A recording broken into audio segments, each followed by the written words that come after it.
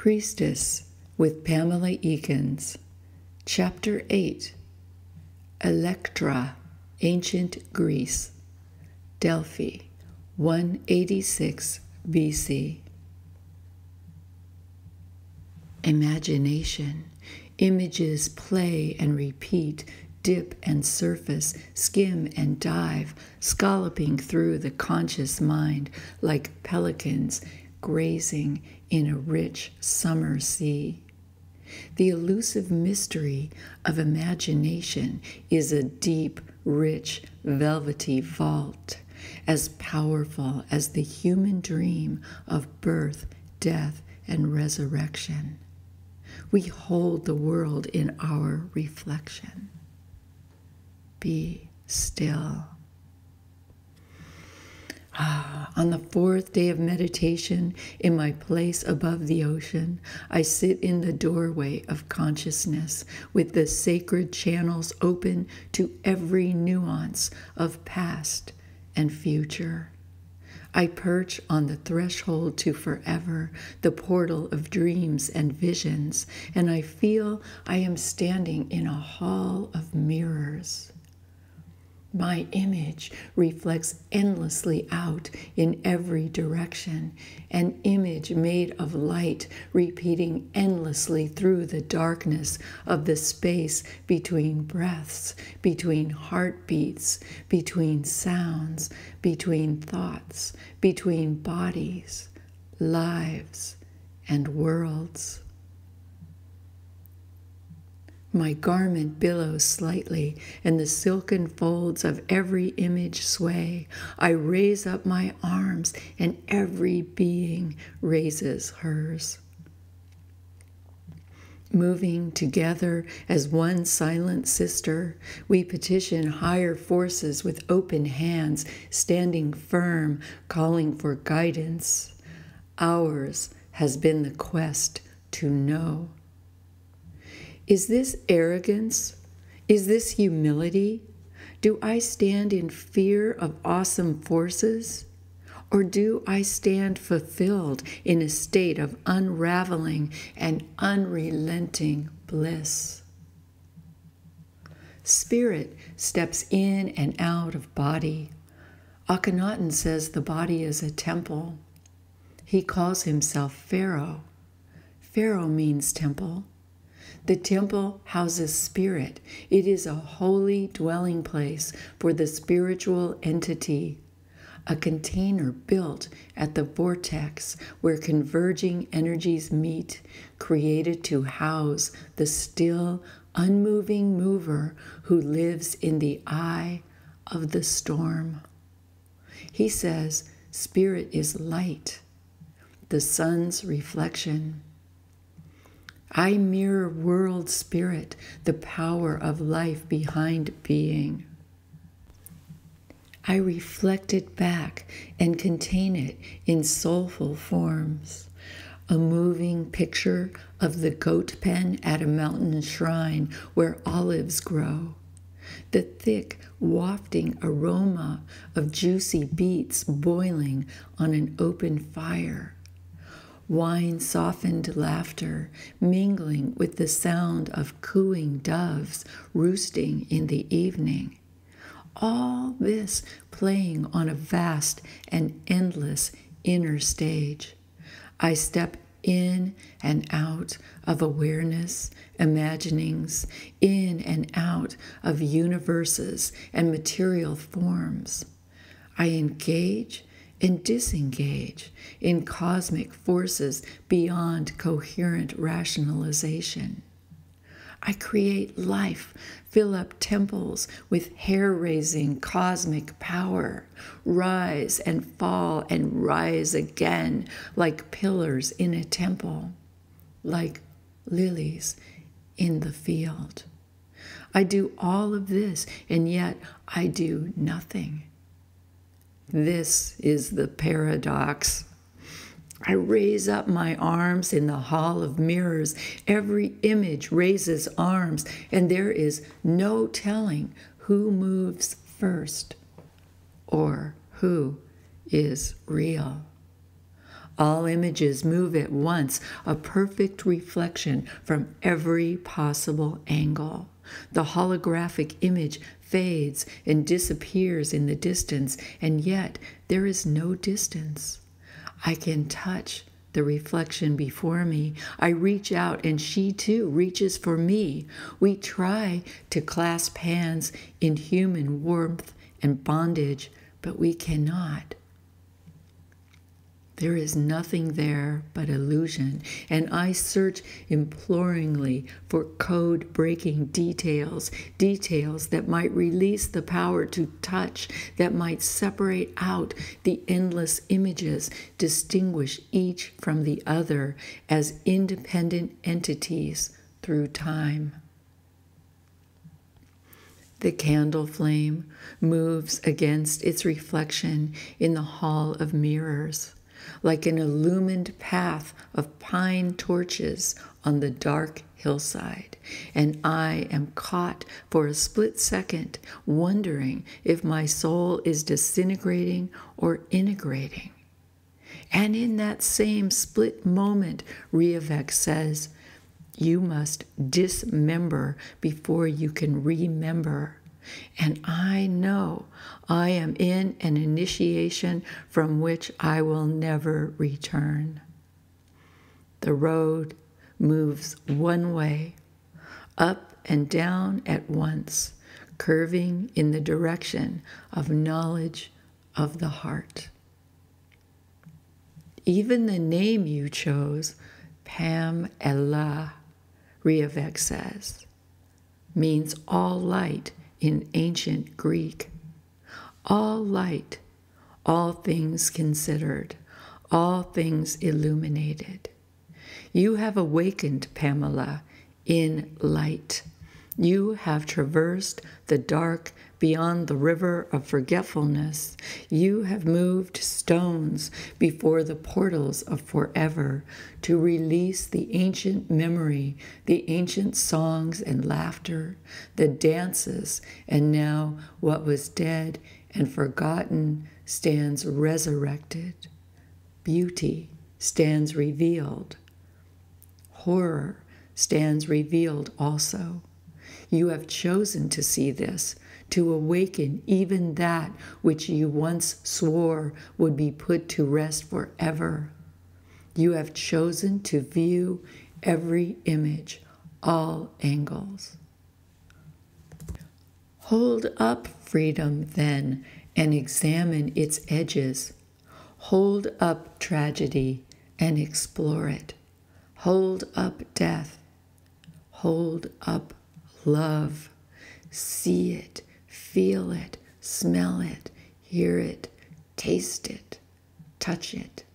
Let joy and heartache crack open the walls of your heart like winged bodies shattering time's dark glass. Search for meaning. Then you will know why you chose this mission. Blink your eyes and enter the altered state. Travel the path that goes higher and deeper. I will count from 5 to 1. Breathe deeply and wake on a mountain at the edge of the sea. Wake at Delphi, the womb of the ancient world. Delphi means womb in Greek, womb of the ancient mother. Now, 5, 4, 3, 2, 1. 5. I closed my eyes and visions spun, twisted cypress, marble, a rocky coastline. 4. The smell of sulfur, lamb turning on a spit, fragrant star, jasmine, red wine, high white columns, high-pitched singing in strange tongues. 3. Red flowers and opium, torrid vapors of smoke settling, opiated wine, a drugged stupor. 2. Nothing too much, nothing too little, the middle way, poppies, olives, onions, sesame, round bread cut with crosses, fat beets in thick bubbling juices, red eggs, eggshells burning in sulfur, a curious stench. 1. Fresh blood dripping down the sanctified altar. Riavek speaks. What do you see? I look through a portal. Everything becomes more apparent. I see a wild mountain meadow, a little girl, maybe 7 or 8 years old, a small flock of sheep. What is the girl doing? Tending the sheep. What does she look like? Big gold eyes, tan olive skin, a straight nose, dark brown hair curling in ringlets around her face and bare shoulders, white teeth. A big smile. She is singing to herself and dancing, a short brown dress caught with some kind of sash. A scuffed knee. She must have fallen. The meadow is rocky. Down the gorge, I can see fingers of water, the sea. There is a low rock wall. Blue sky. A veiling of high white thin air. A few clouds. The girl shakes a rhythm with a container filled with pebbles. What is she doing with that? Go deeper. I go deeper. She uses it to control the sheep, I see, to make noise to get them home. Who crosses the meadow? An old woman. She is old, maybe 60-something. The girl sees the old woman. The old woman is coming close to her. She is speaking. She is asking, "Where is your father?" The little girl says, "I don't know. Maybe in Corinth. My mother told me, but I forgot." The old woman says, "Your mother and your sister have gone away to talk business with the Romans. It seems the centurion is fond of your mother's wine." The girl stiffens. She seems very confused. The old woman has tears in her eyes. She says, "Come with me, my girl. We'll take the sheep to the city shed for safekeeping." Riavek says, "Move forward, switch scenes. What do you see?" Immediately, I see a white stucco mud brick house, simple, very elegant, clean architectural lines.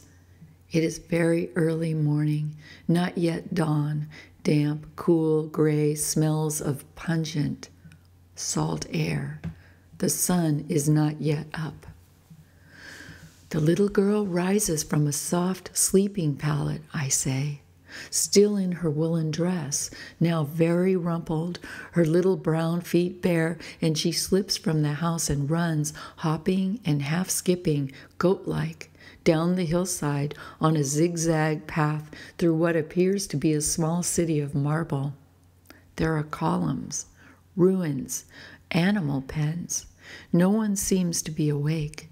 She runs on a path through a forested area of bay and pine to a level place where a stone dwelling stands alone in the midst of thick old grapevines and an ancient olive grove. Fat lemons have dropped from the tree. Cautiously, the girl approaches the house, quiet now, moving slowly, stalking, like a cat. She comes very close, up to where she can see the chickens and hear them clucking quietly. The aroma of crushed grapes hangs in the still air. A man sleeps by the door. She studies him. He snores. A rooster crows suddenly, and the chickens start to create a din. The man bellows in his sleep. Someone shouts a foreign language from within the house, and just now the girl sees fresh blood dried on square stepping stones. She knows something is very wrong. These stones have never been the killing place. Her eyes open wide as if to better see. Her heart pounds in her chest. She is frightened. Like a wary animal, she turns away and runs. Quiet, fast. There is shouting in the house. She runs, running now through the forest. She runs and runs. Her little chest heaves. Her breath is shallow. Her face streaks with tears. She brushes a tree. A small branch breaks, gashing her thin arm. She is whimpering. Something has happened. Something bad. She is saying, "Where is Mother? Where is Cassiopeia?" She runs back into the village and zigs up the jagged path. Women are outside now, collecting water, watching her. They exchange long glances with each other as the girl runs by. She runs to the home of the old woman who stands by waiting, and she collapses in her arms. Her chest still heaves. She begins to sob. The old woman holds her close and weeps softly. Riavek interrupts, "Who is the girl?" "She is me." "How do you know?" "I feel dirt up to my knees. My arm is bleeding. I feel the heat of the old woman's bosom." Change the scene. Move forward until you can see again. I feel I am in a tunnel, moving through a tunnel. It is as if there are openings on the sides that look out onto different scenes. Follow the path, says Riavek, and you will learn that the dark road itself is the question. It is also the answer. Follow until your heart commands you to stop. I follow the road, and it is as if I move in the midst of mirrors between rows of pine torches, torches that mark the mountain in all directions. Yet there is only one way I can go. I am moving up and down at once, in and out. I am floating. Then I feel it. Flashing images stop. I am looking through a portal at the girl. She is much older, 18 or 19. She sits on a stone bench watching a woman cooking. It smells delicious, a fabulous open-air cook fire. Riavek says, move inside the girl's body. Allow your consciousness to take up her form. You are safe. Freely move. Feel yourself inside her hands. Feel yourself inside her feet. Occupy her form. Feel her heart beating. Feel her lungs breathing. Feel the ebb and flow of life as it moves within her body. Feel it move within yourself. I can feel it. I can feel her body. It is strong. I take this body on as my own. I can feel dance in my arms and legs. I feel tall. I grow straight. This body is alive, filled with keen awareness, deep sensitivities. I am watching Nina, the dark-eyed cook girl who has been with the Pythias since her father, acting on the prophecy of the oracle, gave her into service. She brings to mind Cassiopeia. A pain for the loss of my sister ripples through my body like a wave passing through a pond. Cassiopeia, my sister, I pray you are alive and well and living in Rome. Perhaps you married a Roman citizen. If you are but alive, I know you have not relinquished your spark, even if you dwell in slavery. Some things are too precious to sacrifice, dear sister, no matter what conditions befall us. Remember, as our father might have said, what would a Roman know of freedom?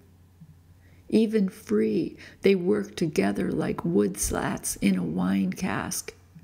They are more worried about appearances than anybody in the world, ever reacting to what other people think, acting always from the outside in. Perfect organization men. You and I, my sister, know the meaning of true liberty, the importance of idea and dissent, and we know the price of freedom, too. Every Hellene knows that physical freedom may be gone in an instant. They will ever try to grab your holdings, however meager. Therefore, maintain, above all, freedom of spirit. Always be free in heart and mind, even if they force you to bear a litter of baby soldiers for their state. Remember, my sister, you are of Delphi, and Delphian you shall stay. In the dappled light of this olive tree outside the house of the priestesses, Nina stands, laying the wooden table with round loaves placed on silver trays. I sit remembering. Much of my experience of my early years eludes me. I can vaguely remember my mother and father, how my father owned the vineyard and orchard before the Romans came. I remember playing in the vineyard, hiding in the rows of grapes. I remember taking the sheep to graze. They say the Romans occupied our house and that I, alone of my family, escaped because I was out with the sheep, and the old priestess found me and hid me in the Pythia's quarters. I remember how my father disappeared. Delphi and Corinth were taken by Romans. I never knew what happened or why. Suddenly, my world collapsed. The old ones say Greece had appealed to Rome for assistance. We had sent ambassadors, and the Roman idea of granting aid was to conquer us in our weakness. Not all at once, but over time. The old ones say the year after the Romans overran Delphi, they granted us freedom. Freedom, what does that mean? My mother and father and sister were gone. I was just a little girl, torn out of the soil like a dead grapevine. I wish I could remember my mother better. She was 29 when they came. I remember her feet stained purple from working. Watching Nina placing the bread almost brings a memory. The smell of beets and onions boiling for the feast brings a vision of my girlhood. Red eggs dyed with beet juice placed in the center of the loaves elicits in my soul a feeling of strange peacefulness, as if maintaining practices of happy ways could placate certain monsters that rear up their ugly faces from the past. They take out the gnarled old grapevine, dig it up out of the earth. What once lived, no longer of use, is stripped of its protective sheath and forced to reveal its long submerged nature, the part of itself that groped in darkness, fingers curling about bits of dirt, reaching deep in receptive areas that accepted penetration, reaching only into places where intrusion was allowed. Inverted now and suffocating, dying roots dangle emptily toward the skies, pleading to the mother for her warm embrace. pleading to the unseen power to restore spirit. The petition is denied. Life is not rekindled. The only thing the dead wood shall grow is the equinox fire. This is how it feels to be uprooted. I remember the Romans lounging in front of my father's house. They believed I possessed the power and the sight, and because I was so young, they accused me of the evil eye. It was because of the way I looked at them. I am sure my eyes shot daggers. They had torn me from the land, and my quavering roots shook with anger. Old Pythia, the high priestess and sister to my father's mother, did take me in and instruct me in the high arts of trance and divination.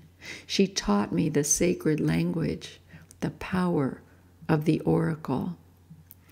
I was not mute, they say, the day old Pythia took me from the pasture, but when I realized what had happened, they say, I became silent. I did, the old woman told me, sit in a corner and rock my body. I did sit and rock, my eyes staring blankly at the wall for many weeks. I do not remember this rocking. I do possess the sight, but the first 8 years of my life now stand like the gaping hole to the womb of the earth, dark and unknown. They said I was in mourning, and that is why I did not speak. I do remember waking. The old woman did take me from the field. She is so much older now, a seer, prophetess, visionary. They call her the old Pythia of the abyss. She took me to her home, the place where the priestesses lived. And when I realized what had happened, I screamed and screamed, wailing for my mother, for my Cassiopeia. I screamed and wailed and moaned and cried, and then they said I went silent. And for weeks I sat on the floor, blank-faced, unsighted, unfocused, rocking, my arms around my knees, rocking, and they tried to straighten my body out, but it was fixed in rocking until finally it began to unwind and straighten out of its own accord. Then it rolled emptily over the floor. I was young and did not speak after that. I did not know who had betrayed me, or even if I had been betrayed, or if I had been abandoned. Old Pythia said they would have had me too, had I not been in the meadow, and my mother claimed no more children, only Cassiopeia, who had been with her working in the winery in an attempt to have me spared.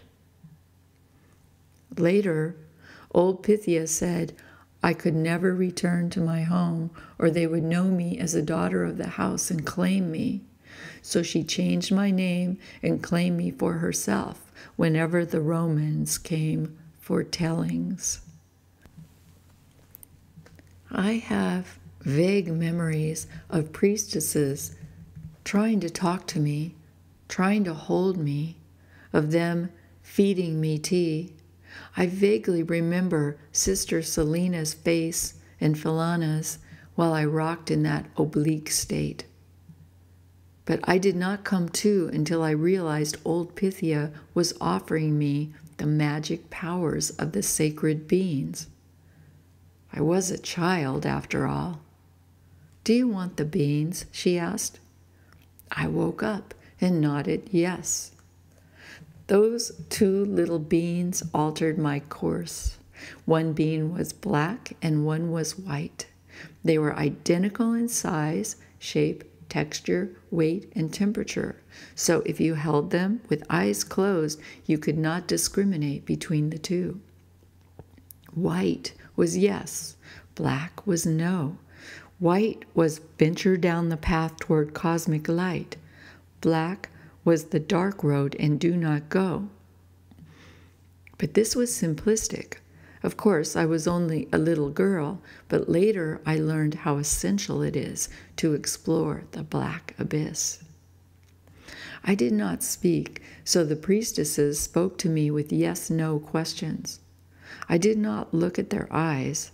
My stomach hurt. I put the beans on the floor. I touched the white bean for yes, the black bean for no. Did I want water? No. Did I want to bathe in the spring? No. Did I want bread and onions? Yes. Old Pythia told me she could teach me how to know the future by the beans, to know about Mother and Cassiopeia. She said, "Do you wish to know this?" I remember scooting away from her. She was sitting on a wood box by my mat. I must have seen her out of the corner of my eye because I remember her eyes looked sad. Her eyes were seeing into me as if I were a cleft in the mountain. I doubled up my fist and reached out and hit her with all my strength. She did not move. She did not flinch at all. So not knowing what to do, I touched the white bean. The old Pythia told me that knowing about people who are far away is the gift of the priestesses of the oracle at Delphi. She asked me if I understood. I touched the white bean. She asked me if I wished to join the sisters of the priesthood. I got very cold then, even though the sun was bright and all the priestesses were inside fanning themselves.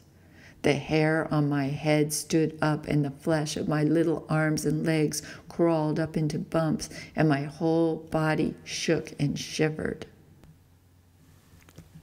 I began to gasp. I could not breathe. I fell over. My arms and legs began to jerk, and my head went back on my neck. My eyes opened wide. I felt this happening, and it was like cold lightning struck me. Old Pythia and the priestesses rushed forward. Selena lifted up my head and talked gentle words into my face. "Hold the spirit," she said. "Hold the spirit in you." She repeated and repeated, whispering, "Spirit, do not leave this child." The priestesses placed their hands on my arms, legs, and belly. They held my hands. Philana held my feet. Old Pythia said, "Still the cosmic fire, still." They all sang the same note over and over, deep and low, until my whole body relaxed and went limp. My eyes came back to the front of my face. I remember my eyes had turned in when the lightning came, and they looked on the inside of my head. It was dark there, but I saw there a tiny blue star sapphire glowing like a queen's jewel. I watched the sapphires glow for what seemed like a long time, and when my eyes came back, I sat up. The priestesses helped me. Then, with a trembling hand, I picked up the white bean and held it up in front of my cheek. At that moment, old Pythia spoke. She said, "Our littlest sister, Pythia Electra." And so I became the child of the oracle. In my mind, I consented to live that life, the life of a priestess, but in my heart, I vowed to live that life in silence. How can I describe the thick and luscious aroma of the boiling beet? It sings to my soul, sensual. The beet is wine in solid earthy form, round and rich to bring on fertility. The smell of beets boiling permeates my senses, unleashing juices all the way to the core. At the break of spring, when sun and moon stand even, we cook meats to celebrate Earth Mother's resurrection as she brings forth life again. We add a huge abundance of chicken eggs to the mix, and the shells turn red, dyed as they are by the thickening fluid. The dye is fixed by herb vinegar. All is well. All is paradise. Sometimes it seems we live in paradise right here in Delphi. When the poppies begin to bloom, when the orange blossoms issue fragrance, when the jasmine erupts, when the grass is green, when the sun hits the mountain in just the right way. I learned of paradise when my moon blood came and I was allowed to attend the winter solstice ceremonies. This was my first real initiation into the priesthood.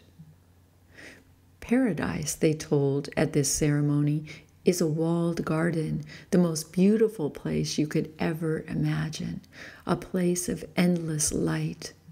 Paradise, they say, is entered by good thoughts, good words, and good deeds. It is safe. No enemy may enter. It is as safe as any passage on the aisles at the time of the sacred games. And everything you need is provided for you. There is an abundance of food and music, flutes, pipes, and lyres, and everyone is happy. Everyone is beautiful. Everything is excellent. This is the place, as priests, they say, we shall enter upon crossing the river Styx. We shall enter this place, they say, because we have honored it and worshipped it, and because we have been good. It was Zarathustra of Persia who taught of paradise 400 years ago, and these teachings have been passed from mouth to ear through the Delphic mystery school in which I have studied as a priestess. I have listened. I have attended the rites, and I have read also of paradise. I have read Zarathustra's teachings in the Avesta Vazend, the story of Ahura Mazda, the god of goodness and light, the god of the sun. Ahura Mazda is a sun god like Apollo, our patron god of Delphi. Ahura Mazda lives in the goodness of Aisha, the light of all life. Aisha, the cosmic order, pervading all things pure. Whose are the stars, in whose light the glorious beings and objects are closed? O holy Aisha, art in the tree of life, that standeth in the middle of the eternal sea, that is called the tree of healing, upon which rests the seeds of all we invoke. We invoke thee, O Aisha, the sovereign, endless light. Ahura Mazda fights Angra Mainyu, the demon of evil and darkness. Apollo, living in goodness like Ahura Mazda, fights the deadly Python who dwells in dark earth. Who do you think triumphs in these battles? Who do you think wins? Ahura Mazda creates, Mithra preserves. They battle forces of evil together. Mithra dies and is resurrected, as they say we shall die and be reborn. Ahura Mazda and Mithra remind me of Arjuna from the Far East. Arjuna is taught by Krishna, the sin-bearer and redeemer of souls. Arjuna must also fight. Is life itself a battle? They say, if we understand the mystery teachings, the meaning of resurrection and immortality, when we die, we will be reborn into paradise. That is, our soul will rise out of our dead body and journey to this place called paradise. A person has a soul, they say, a thinking and feeling spirit which leaves the body when the person dies. This soul, they say, is immortal. For those who understand the mystery and for those who have good intentions, the soul will dwell in a happy light forever.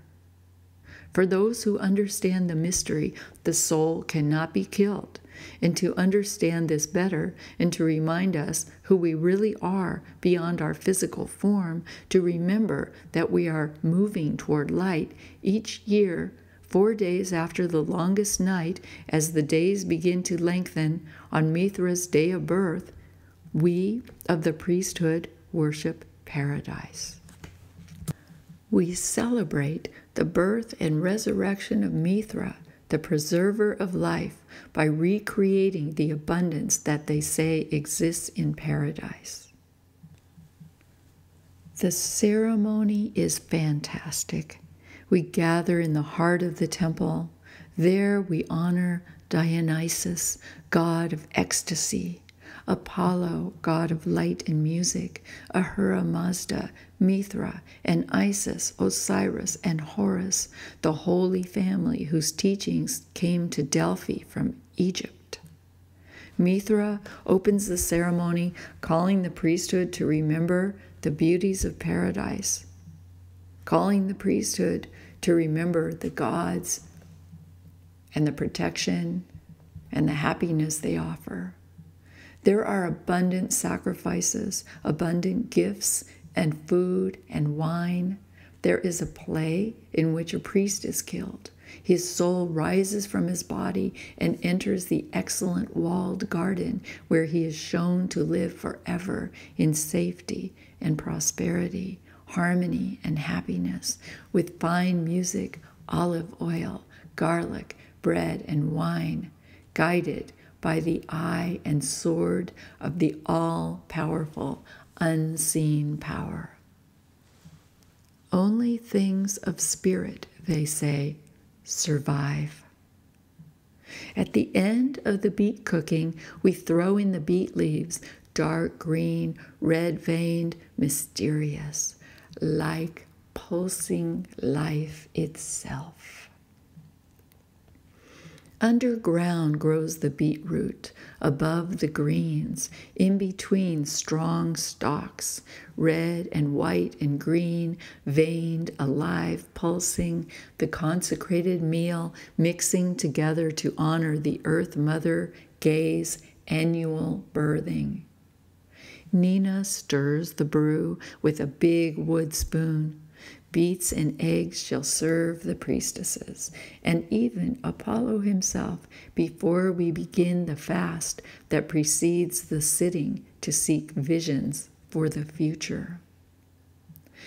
Will the Romans retract the freedom they gave us the year after the occupation? Oh, to be Hellene is not easy.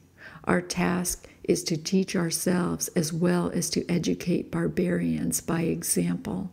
Is it not? And yet, year after year, century after century, barbarians invade us from every side. But let us not think of that now. The beets are almost tender. The sisters have bathed this day in the Castalian spring. They have drunk only of the pure and sacred water. They have donned their consecrated clothing, white chitons, red hoods. In silence they assemble at the main east gate, and in silence anoint themselves with holy water from the basins. Singing the 7 holy intervals of Pythagoras, they walk up the sacred way toward the great altar outside the temple. Today, no sheep nor goat will be sacrificed there. This day, Brother Apollo receives succulent red beets and eggs, onions, and crossed round loaves presented upon our finest silver from Athens. Nina decorates the silver tray beds of raw, red-veined, thick and succulent leaves, round loaves cut with the cross of equal arms, and at the vortex a red egg. The egg is meant to be moving inside the cross. This means life begins again. Eternal life has triumphed. I shall tell of the bread. It is the bread of life. Cut in quadrants, it symbolizes the four elements of which everything in the world is made: fire, water, air, and earth. Each quadrant represents an element. Earth Mother creates by combining elemental properties. Fire is the lightest solid, and looking deeply into its structure through meditating in trance, you would see it is shaped as a tetrahedron. Water, heavier, is icosahedral. Air is octahedral. Earth is the heaviest. It is everything that is palpable, everything that can be tasted, touched, smelled, heard, seen. Earth particles are cubical. They have the most stability. Spiritually and philosophically, fire represents spirit. Water symbolizes love. Air, the mind. And earth, the body. There is a fifth element too, and that is the endless, the eternal, the thing that bonds the four solids and makes them work together as one cohesive structure. It is the ether, the akasha, the illumination behind all things. The fifth element is the unseen power, Aisha, and it is circular or spherical, and that is why the bread is round.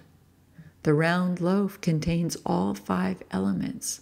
It is labored over with prayers and imbued with mantras for the continuation of the cycles, for the return of the Great Mother's fertility, Aisha's sacred seed. Nina bakes the bread with the greatest care. She labors over the beets and onions. She labors over the eggs, treats them gently like baby birds. She places the egg in the center of the bread, at the vortex where all the elements swirl and combine and the beginnings of life stir. The whole presentation is beautiful and elegant. Fat beets and thick, juicy onions placed all around the loaf. A feast most fit for any god, goddess, power, or intermediary. This is my job. I shall myself place upon the great altar the 5 silver trays, in that the aromatic scent of this great meal may float to Brother Apollo. We will attract his attention and petition him to petition to the Earth Mother and the unseen power on our behalf. I record this picture for you, and you will ask me how I know so many things, since girls are taught to see as little as possible, hear as little as possible. So we will ask as few questions as possible. Here is the answer. I have not been raised as other girls. I have been raised as a priestess. Old Pythia took me as her own. She brought me up as a Pythia of Delphi, so for the last 11 years I have received the benefits of the priesthood, even though it is not fitting for women to practice until they are 50 years old. At 50, they say, the highest wisdom becomes accessible. They say there is some fear also that younger women might be attacked. They say this happened once, that a young Pythia was once raped. I do not know if that is correct. I am not terribly fond of this restriction, but it is a restriction nonetheless, and as a result, I am deemed too young to walk in this processional. So, I have the honor of serving the God at the great altar. For public ceremonies, they refer to me as altar girl. I am a girl no longer. I am 19, way beyond marriageable age, but I shall not marry. I am in service to Apollo, and Apollo shall ever be my bridegroom. With that, I am mostly content. Were I in Rome, they would have me make babies for the state. I detest the Roman mind. They took my sister. What became of her? I fear the worst. There is a young Roman soldier, Tonio. He was conscripted into the Roman army and did not willfully go, but there he is, even now at my father's house. And I must never claim clanship to that house. I am Pythia Electra, and the girl Cynthia, who might have once lived there, is 11 years dead and might as well lie decaying in a funeral pot under the mountain. Tonio. I abhor him and what he represents. I know they teach me it is not the way of the priestess to hate, but to find compassion. So I would not say that I hate him, but he is of Rome, and also he distracts me. He distracts me day and night, night and day. His eyes are set close together right next to his nose. One day we met in that same meadow, both of us alone walking, each of us on errands. He stopped me. He asked me to sit. This was unusual. Men talk to men, women to women. But I sat with him on the low rock wall, and he spoke about death. I did not expose my feelings, but I listened. He is alone, Tonio. His mother died when he was born, and he asked me if I believe his mother had a spirit, if her soul would go to heaven. He knows I am a Pythia, and he thought I would know. He does not believe what the Romans or the Jews have said about death. He did not know I do not speak. Since I do not speak, I did not speak to Tonio. I listened, and as I listened, I looked into his soul to see what I could see. I saw sadness. By Delphic standards, I am very well educated, and yet I am not sure what I know. I have studied all forms of knowledge in the world, letters, history, numbers, geometry, philosophy, music, dance, and the mysteries of birth, death, and resurrection. Frequently, the best orators lecture at Delphi. In the last year alone, we have been instructed by Marcus of Rome, Lysander of Corinth, Phyllis, also of Corinth, and Roxanne, who traveled from the north to speak of mysteries and events that we had not before known of. It is absolutely essential that the priesthood have a firm grasp of world knowledge. Our proclamations arise from the soul of Mother Earth and affect the course of world history.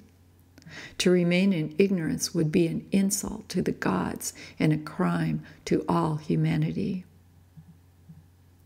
Old Pythia goes with the others to symposia in Alexandria every few years to exchange information with other members of the Collegium of the Adepts, scholars of the mysteries who travel from all over the world to the library and temple of Jupiter Serapis. I will accompany old Pythia on her next trip to Alexandria. I am ever so excited about this, as I have never yet left Mount Parnassus. We will go by boat, crossing the sea in early summer. We will stay in the quarters of the temple reserved for visiting adepts. Since I am legally too young to make the trip, the sisters will take me as their daughter server. With this, I am content. To see Alexandria, to experience the adventure of converging with people from the whole world. Well, the plates are nearly ready. Nina signals me, 5 platters will I place upon the great altar, that their scent may waft toward Apollo and stimulate his appetite. I rise from my sitting place, and with great solemnity I carry the first plate. Apollo, I call inwardly, wake and feast. I hear the processional of priestesses moving along the sacred way. They have purified the body by fasting. They have purified the mind by chanting. They have purified the heart by bathing in Castalian spring. They will purify the spirit as they enter the fiery chasm in the heart of the temple after partaking of the sacred feast. I hear them coming, toning the 7 intervals of Pythagoras in fabulous, harmonious strains. They call Apollo with their music. My heart thrills. I place the 3rd plate. Pythia, Athena, plays the kitara sacred to Apollo as Pythia, Selena's voice, rises in a wordless melody, sweetly appealing to the brother to awaken. Old Pythia is carried on a daze. Her ankle is swollen and she has trouble today with the walk. My only regret about choosing silence is that I may not sing. I tried to sing once in the meadow alone, and a noise came from my throat like the screeching howl of a night bird or a wolf at early hunt. I have chosen silence, and silence has chosen me. I can almost hear their feet stepping now. I place the 4th plate. Wake, O God of music, laughter, love. Wake, O young man, sun god, wolf god, guardian of the python's seething cavern. The sun soars up over the hill. Warmth permeates the holy close. I place the last plate. Apollo, most precious guide through the veils of your many forms, to me you come as a wolf. You come to me with the admonition, speak with the tongue of the wolf. Speaking with the tongue of the wolf is speaking truth, even though we well know truth changes over time. The river of life continually moves. We have studied the teachings of Heraclitus, and we continually move and change within this river. Still, there is truth and there is falsehood. Falsehood is acting according to external pressures, according to the conditions and judgments of others. Truth is a deep assessment that rises from internal spirit. Truth is given by the unseen power. Truth arises from the deep abyss within the self. People fear truth as it has the power to disrupt the social order. Look at Greece, chaos. Romans especially fear the truth. Organization men, they cleverly dictate what they cleverly calculate to be real. They manipulate the people with stories about the treacheries of the gods. Hellenes do not seek control and power in this way. Greeks do not live in fear of the gods. We are free. As free beings, we think for ourselves and honor individual assessment. As Greeks, we exalt the question. We travel within for answers. Quest, the search. Ion, to enter into. Education for us is about asking, about drawing out deeper and deeper truths. Education for the Romans is about providing answers, a well-conceived explanation about what is. This is all designed carefully, of course, to recreate and maintain the power of the state and to command allegiance to that power. To sustain this kind of power, all minds must be trained alike. People must be trained to be intolerant of differences. a practice which we of the Delphic priesthood find detestable. In certain ways, though, the Romans must be admired. Together, they constitute a machine, a well-oiled framework with fixed and moving parts, forever building their networks to tie up the whole world as with streamers radiating out from a tree of life, ribboning like spokes on a maypole, with Rome as the hub. Inwardly, I admit, that is impressive. Do we, as free and independent Greeks, not continually beg them for aid? Aid to stave off the North? Aid to fight the East? I suppose people with Roman ideas are required in the world. I don't know. Oh, I know so many things, and at the center of my education, I am not at all certain that I know anything at all. Suddenly, I am charged with energy. My hair is on end. That is truth to me, when my body speaks its own language. My body speaks now. The sisters arrive at the great altar singing. The strange intervals create chills. The smell of beets drifts outward. My hair lifts itself up. Apollo wakens. I feel him wake. I stand with the sisters. All raise arms, firm and steady we stand, not in fear, not cowering before the God, but strong and steady, for he is our bridegroom.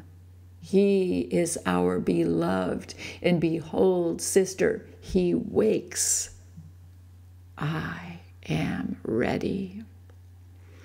Old Pythia leans on me, holding my arm for support. She shifts her weight between Philana and me. She is nearly 80 now. Her ankles are tired. I see the wolf with my inner eye. He stands by the altar. He rips into motion. He tears apart beets. Gnashing his teeth, he devours eggs and onions. His teeth redden with the fresh blood of this succulent sacrifice. He gorges himself on the sweet bread of life. He leaps, feral beast, into my heart to guide my dark journey into the body of life, the Earth Mother. We shall implant our shells in her womb year after year, that we may be filled with life forever. Pythia Selina drops her note in swoons. The sisters reach out for her, catch her, and lower her gently to the ground, where they cradle her as she writhes and speaks in the language known only to the Pythian priesthood. She writhes and screams out, "Apollo is risen. He feasts at the great altar. He eats the beets, is energized, is purified. The black gate opens. Earth Mother stands ready. Dark forms fly from her chasm. Creation begins. Dark days await. Light nights await. Life springs anew." She falls back, and after a minute begins again. Earth Mother will receive us. The bridegroom opens the guarded way. Now we shall eat, then we shall prophesy. Bring forth the torches, light the dark, heat the dank, fire the belly. Fire, water, Father, Mother, death, life, earth, death, return, renew, rejoice. Selina closes her eyes and collapses. 6 priests rush in, come running from the small temple to hear her sacred words, but now Pythia Selina speaks no more. Priests and priestesses then stand together at the great altar, chanting, toning, raising up the universal energies. Old Pythia is held by Nina and Philana as I pass the trays. The priesthood feasts. Some of the priests rub the ruddy beets on their cheeks and fingernails. The juices stain their skin. Spring returns. We eat greens and onions and eggs at the great altar, carefully replacing the empty eggshells on the central platter, where they will be crushed to be carried under cover of nightfall into the deep black caverns of the sleeping python. Oh, God of light, healing, and music, wolf and brother Apollo, it shall be a long night. Reavek interrupts my reverie. Stop, change scenes, move forward in time, move forward until your conscience opens a new door. Suddenly, I am in the hall of mirrors again. I am moving through a tunnel down a dark road. Vague ideas spin. Greece, art, thought, freedom, material insecurity, independence, question, the journey inward. Spirit is the only lasting power. Know thyself, chaos. Rome, authority, obedience, discipline, material acquisition, answers, organization. Power is a matter of will. Form, force. Spinning, going deeper, getting darker, darker, darker. Then I am at the chasm, deep inside the temple. I am at the chasm, and I stand alone by the cleft that reaches deep into the body of the mother. It reaches so deep, the steaming crack from which all life emits, the steaming crack to which all life returns. We emerge from her womb, our umbilicus tied to her placenta, sucking in nutrition, drawing in life. This is the womb. Delphi, the omphalo of the world, the center, the navel, the hole in the axis, the hole in the soul. I chew the treated bay. Its flavor is acrid. I hold it under my tongue. It releases its narcotic powers. I feel dazed. It releases its power to energize. I am tranquil and terribly excited. It is dark. I stand alone. I see the tripod, the sacred chair, golden snakes intertwined about its legs, positioned above the smoking chasm, the simple throne taken by the Pythia as she moves into ecstatic meditation and begins to sing her revelation. In prophecy, she speaks the sacred tongue, the secret language. Her divine pronouncements come in prayers. Scribe priests stand by, listening, holding their paper, holding their pens. They translate her words into coin, the common language, write it into poetry, the most sacred form of the written word, and this they pass to those who wish to know, to those who have paid to know. I do not mount the tripod. I have come not to prophecy, but to honor the unseen power and the great mother as she writhes in ecstatic pleasure, giving birth to the world again. I have brought fragments of crushed red eggshells. I ate of these eggs. I crushed these shells. I folded them in purple silk, and now I carefully unwrap them to scatter them in the chasm. Great Mother, heed these shells. May spirit be reborn. May spirit burst through as a baby bird or die. As serpent cracks the shell, life lives. Resurrection. I feel her breath upon me, her form, her shape. I smell her body, heat, sulfur, sweat, steam. She pushes out life. Spring comes. All is renewed. Rejoice. They say Apollo slew the great python that lived in this hole. They say the python destroyed the sacrificial beasts, cows, goats, sheep, chickens, stealing them from pens and fields and eating them whole. They say the python threatened to steal babies, children, so insatiable was its appetite. They say the god Apollo, patron of light and heat and music, mediator for the unseen power, translator for the great mother, slew the serpent and threw the dead carcass in the great mother's hole, this place where I now stand, scattering the shells of old life and praying for rebirth. They say Apollo saved the people of Delphi from a treachersome fate.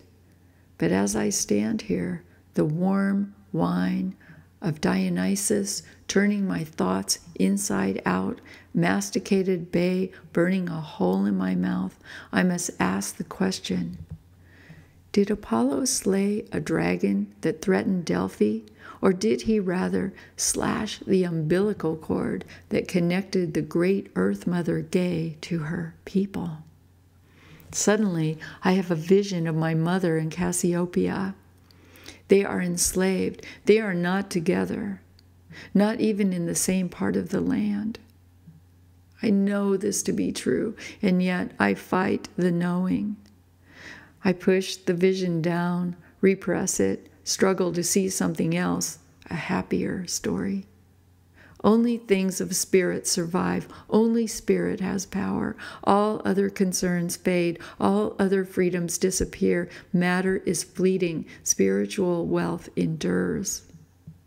O mother, O sister, be rich in spiritual holdings. Be light in the middle of darkness.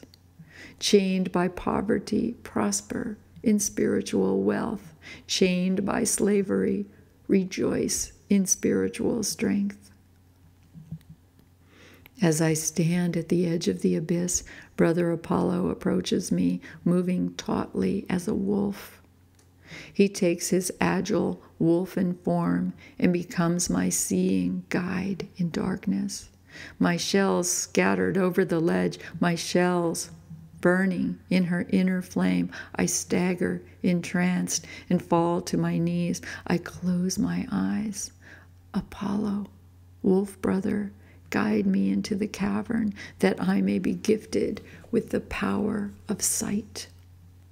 Apollo takes me down, down, down, deeper, deeper into the birth tunnel, wet and steaming, smoothed by the passage of the thousands and thousands who have gone before. I move down, down, down, falling in a deep trance, deep hypnosia, down, down, down to the world of dreams, the elusive liminal world between wakefulness and sleep.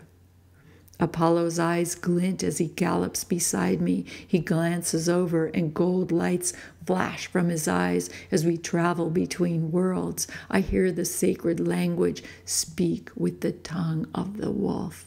We fairly fly to a room-like cavern deep inside the darkest interior. Her red-black walls heave, sweat, and contract with the heavy labor of creation. We reach a deep, dark inner cavern, smelling of sulfur, strangely illuminated as with green phosphorescent stone, and I see that the old Pythia, great pythoness, prophetess, seer, and teacher, stands waiting, stirring up a mix in a great black cauldron. A cloud of burning opium fills the room. Apollo waits by the door. I enter alone. Old Pythia speaks in the sacred tongue. Her voice is shaking. I have summoned you, Pythia Electra. I have summoned you, my spiritual daughter, to consume the potion that will open your powers of wisdom. Long have you been my pupil, my charge, my beloved daughter. Long have I loved you. You have been my beloved since the day I found you in the meadow, herding the sheep and clinging to the little rock rattle. Long have you lived with the Pythian sisters, drinking the sacred knowledge, making the spiritual journey, learning the techniques and results of liminal consciousness through deeper and deeper states of hypnosis. Well can you trans-travel. Well can you see in the dark, hear through the veils, feel the meanings of portents and omens with your heart and hands and head. Yes, my daughter, faithfully have you drawn out the magical beings, the black and the white, and tested them over these last 11 years to prophesy the course of human events. The beans she gave me at that moment I awakened, even now I carry them, of equal shape, equal weight. I draw one from the pouch without looking. It tells me yes or no. I weigh the indication against my conscience. This is as I was taught by the Pythias. You have learned to know, to read the secret tales, to speak the sacred tongue. You have prophesied well. So be it. I moved close to old Pythia. I could see her hands shaking, hear her voice trembling, see her stirring and stirring. She motioned me closer. Her cauldron flared. Pythia, Electra, drink the cup of fire, she said.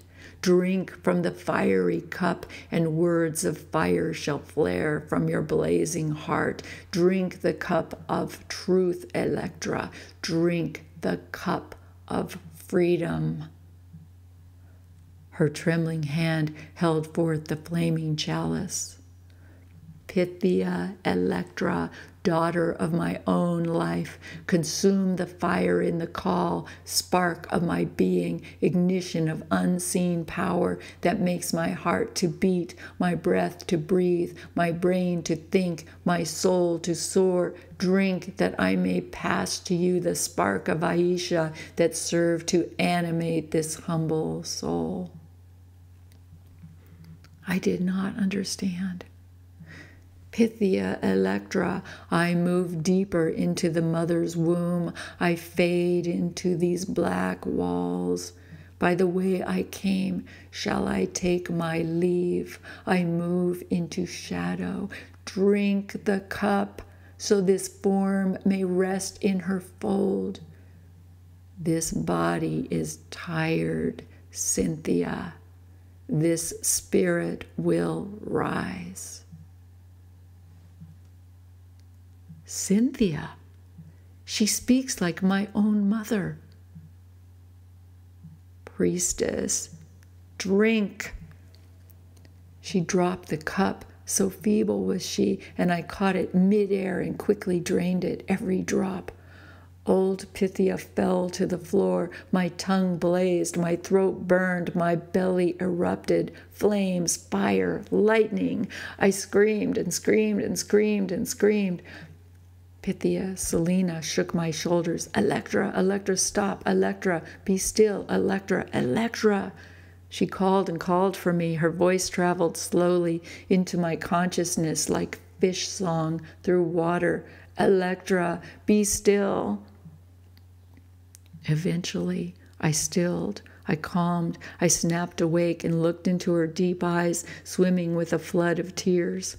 Seconds passed as we knelt at the edge, facing each other, studying each other's eyes, looking past each other's eyes, through the windows of the physical temple to the deep inner oracle inside each of us, the inner shrine, the place of light, the holy of holies, where we two could meet unmasked and commune soul to soul.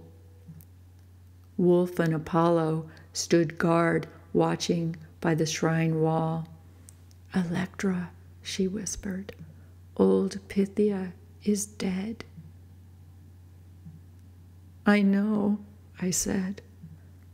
Both of us were stunned by my words. Like the egg tooth of a baby python, they cracked the shell of 11 years of silence.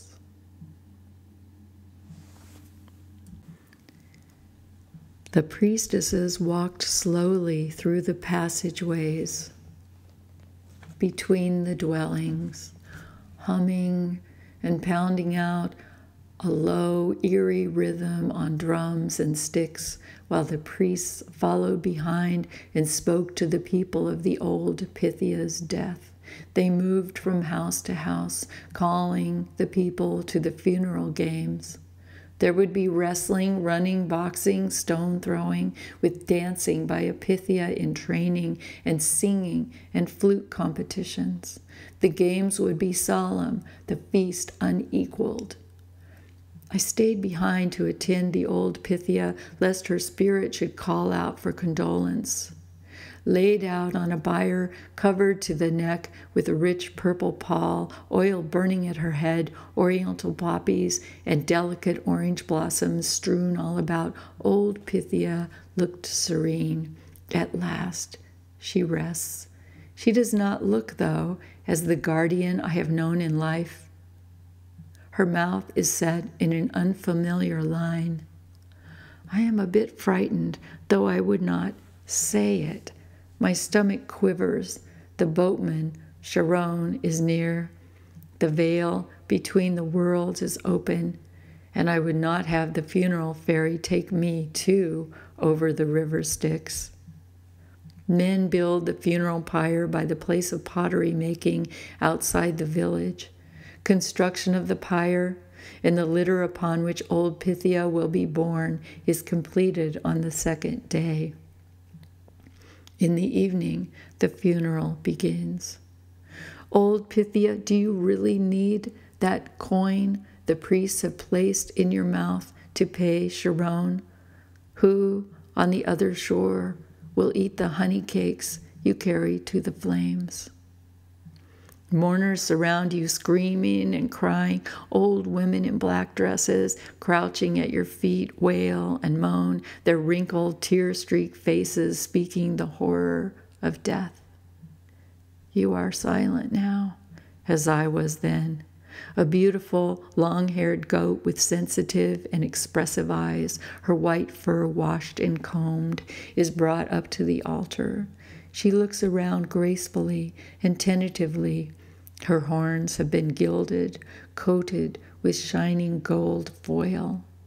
About her neck is a garland of the most beautiful spring flowers, poppies and daisies, narcissus and daffodils, intertwined in a delicate wreath. She gazes directly into my eyes. Her eyes are sweet, tender, innocent, loving.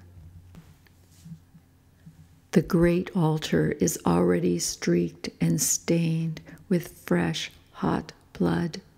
The priests sprinkle the goat with holy water. She bows and shakes her head, shaking off the water, and all agree this is a good omen.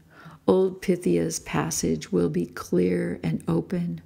The old Pythia is favored by the gods, favored by the Earth Mother Gaia, favored by Apollo, by Dionysus, Ahura Mazda, Mithra, and Mother Isis. The goat is stunned with a blow to the head, and the high priestess quickly slits her throat. Blood spills out, caught by a priest in a holy grail. The bowl of blood is poured out onto the altar, an offering to Apollo. Ghosts, too, crave blood.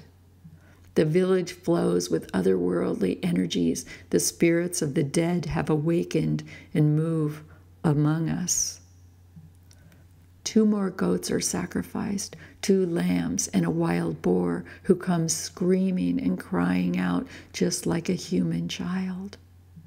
The animal flesh is opened, the entrails are analyzed for prophecies, fat is cut away and collected in huge earthenware jars to feed the funeral fire.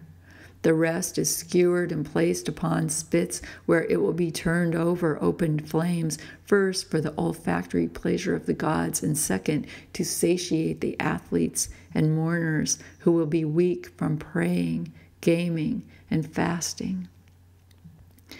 Bread bakes in the ovens, wine casks are full and waiting, jars of honey drip. The feasting begins at dawn. I hear Tonio will enter the running race. My heart skips a beat. He stands to win. He will win. Upon his head the high priest will place the crown of olive and bay laurel. With whom will you celebrate, Tonio? With whom will you share your joy? I don't know what happens to spirit, Tonio. They say Sharon rose it over the Styx to the realm of the dead, over the edge of the abyss, down, down, down, in the steaming chasm, far below the earth's most sacred places, they say, is the gate. They say you must feed the dog who guards the gate a honey cake so he will let you pass into the beautiful land. Will you see your mother there, Tonio? Will I see mine? Will we dwell forever in paradise? We are young, but soon, laureled boy, we too will be ashes piled under the ground. What am I thinking? Unknown feelings stir within me. The fire burns all night. They have carried old Pythia upon the litter, all wrapped in purple, her face covered now, all strewn with herbs and flowers, and they have placed her upon the funeral pyre with honey cakes and coins. Her spirit is already gone, carried away by the wails of mourners and hired flute players. She feels no pain now.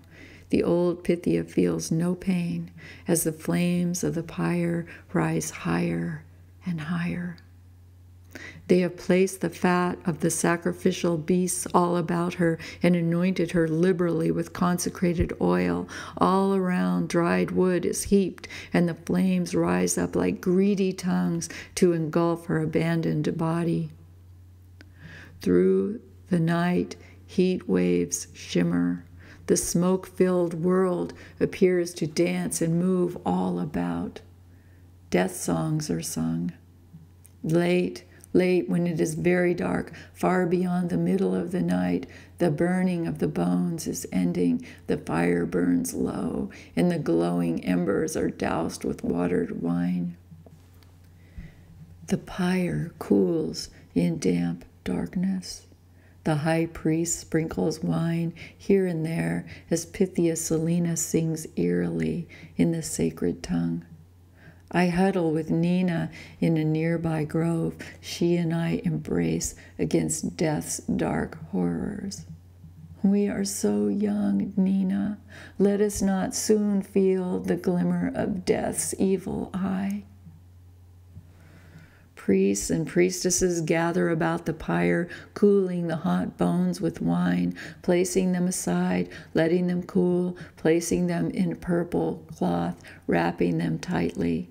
They will place the whole bony package in a large gold urn from Thasos to be buried beneath stones in the side of the mountain.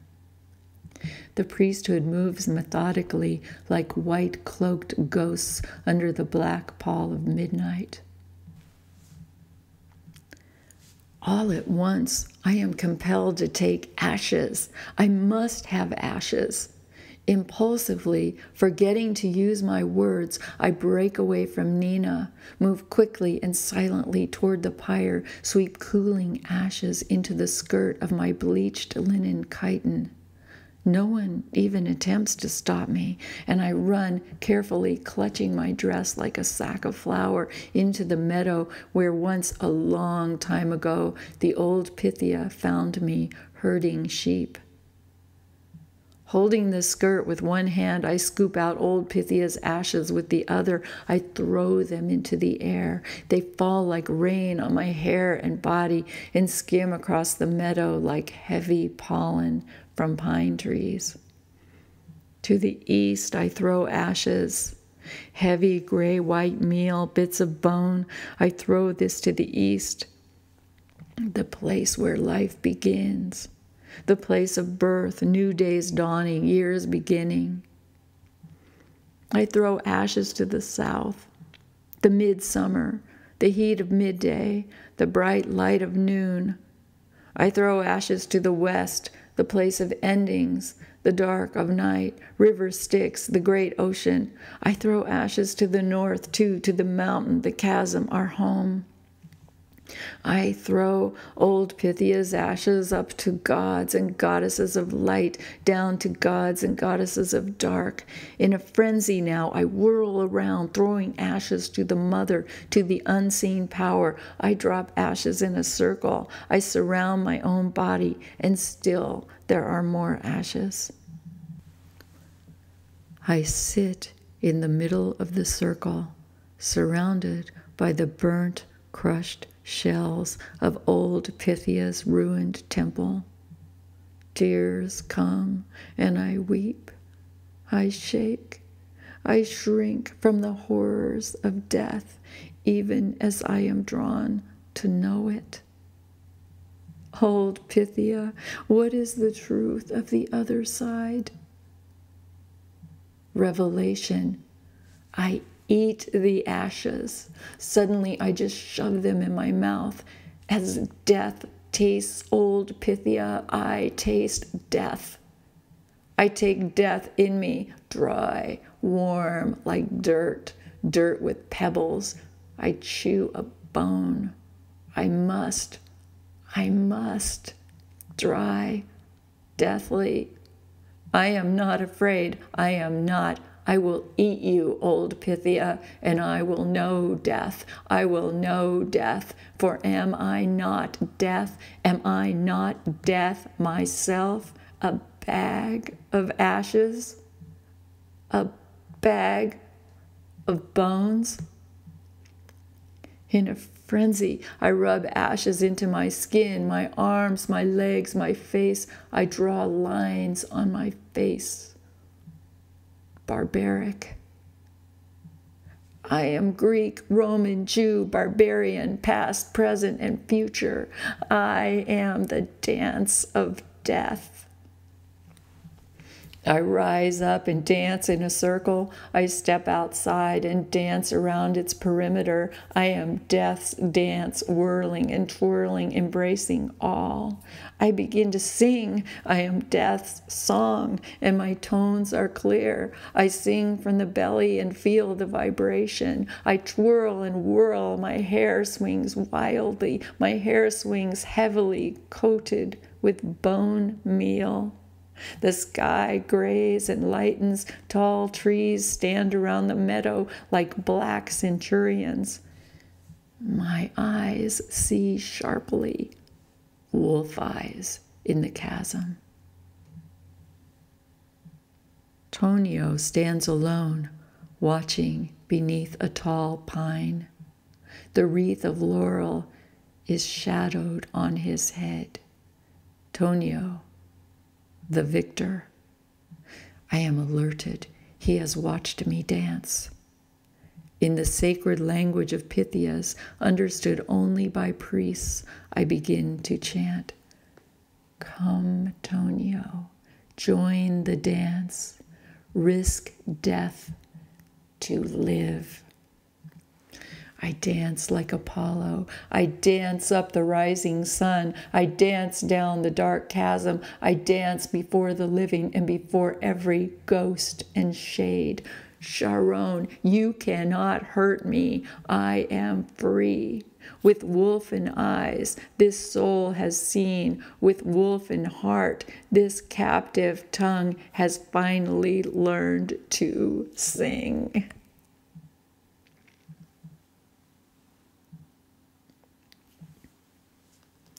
What is freedom? To be free is to not be under the control of some outside person or some arbitrary power. To be free is to be able to act and think without compulsion or arbitrary restriction. To be free is to be independent, unrestricted, to enjoy the power of one's own potential, to experience one's nature, to test one's limits. To be free is to journey deep within, to seek one's own conclusions. As the candle burns low, I contemplate freedom. Free, without obstruction. Dom, domain, dominion, a state of being. Freedom to think, to laugh, to dance, to eat the ashes of the dead. How can I take as true that which my body will not believe? How I feel inside my body generates my spiritual beliefs. I react physically, and my physical body decides what is and what is right. Believing is an emotional experience. Be is the state of. Life is love, libido. Libido is sexual energy. If I am to believe something, it must generate electricity within me. My hair must stand on end. My body separates truth from falsehood. I feel my way to truth. Belief systems are set before me. How shall I choose? Riavek calls softly. Rest now, eat, boil beets and cook onions. Dip your bread in olive oil, remembering the ancient ways. Fondly reflect as you prepare for ordination. He asks, what has Sister Electra taught you? I say, to trust my own, my heartfelt experience. A soft breeze flows in, and the candle fizzles into obscurity. I pour myself a glass of wine and retire for the evening.